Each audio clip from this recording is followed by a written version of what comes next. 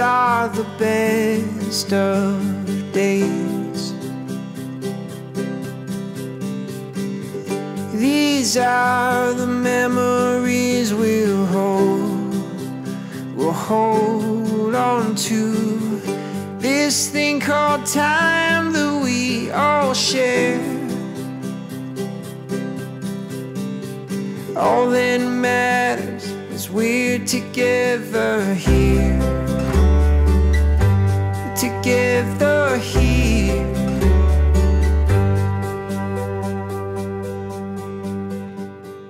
Did we drive to the first day law school together? We did, yeah. We drove together. We like 4 of us carpooled. We parked 1,000 blocks away in the lot all the way down there. Where to park. Yeah. And I'm pretty sure Brian was, as we were walking up 4th Street, Brian was singing "Back to School."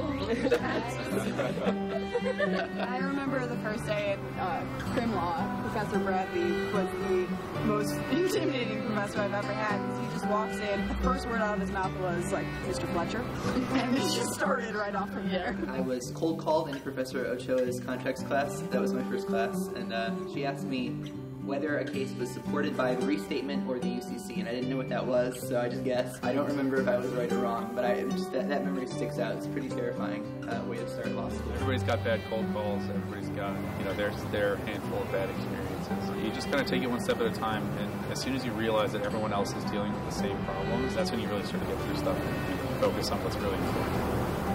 The first time I knew I was going to be okay in law school was when we were studying for our torts final with Dirt again. And it was a really stressful time. I looked over at Mike Leese, and he looked kind of sad. And I saw there's a piano at the IMU. And I said, "Mike, you play piano, right? You should play us a song just to ease the tension."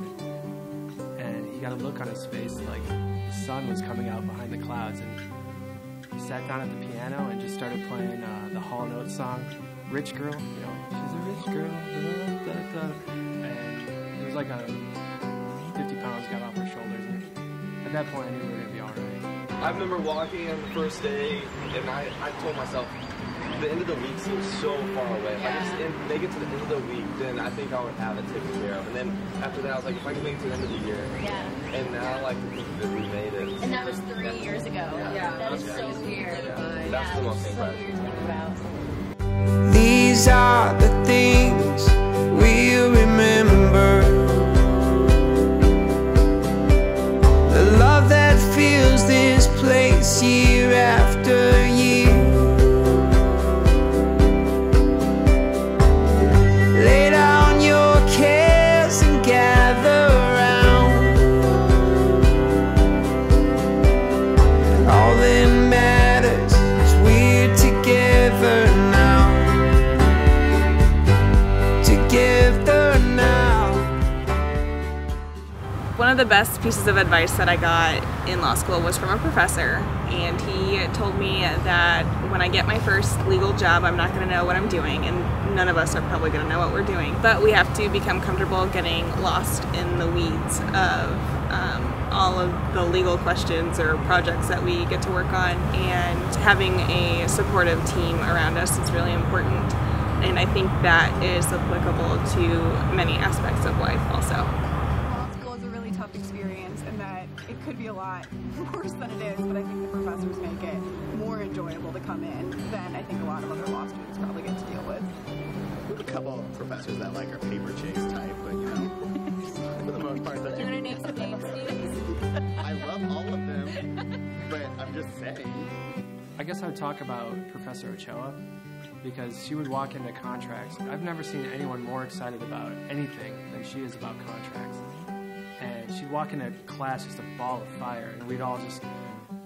it was exciting, but it was also nerve-wracking. But my first year, I had criminal law with Professor Bradley.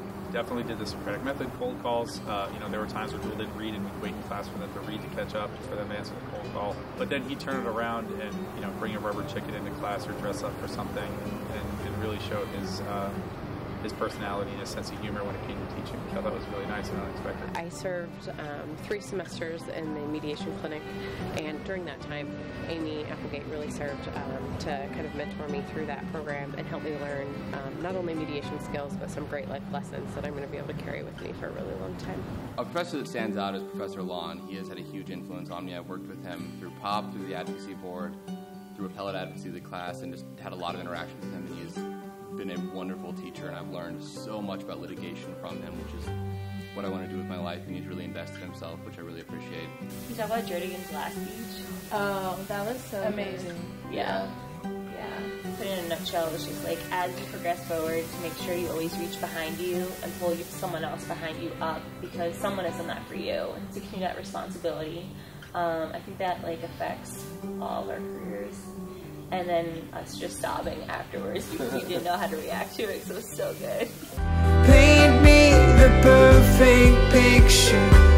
It's just how I knew that it would be. The cold air will make us shiver, but that's why we've got each other.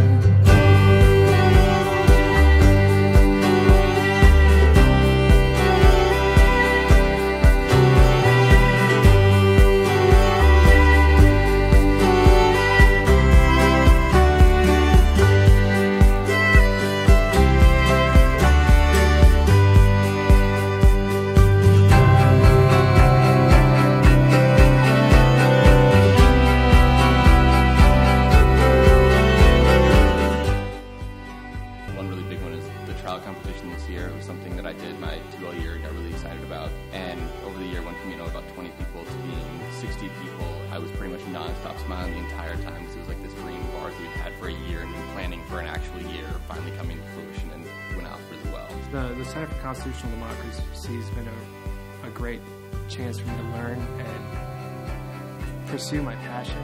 Getting to work with the Williamses, where every time they speak it's like a TED Talk, and work with people internationally that are just brilliant and really striving to make the world a better place has kept me grounded and shown me the power of ideas and the possibilities that exist if you just work hard and are passionate about what you do. I will miss the conversations on the black couches in the lobby the most.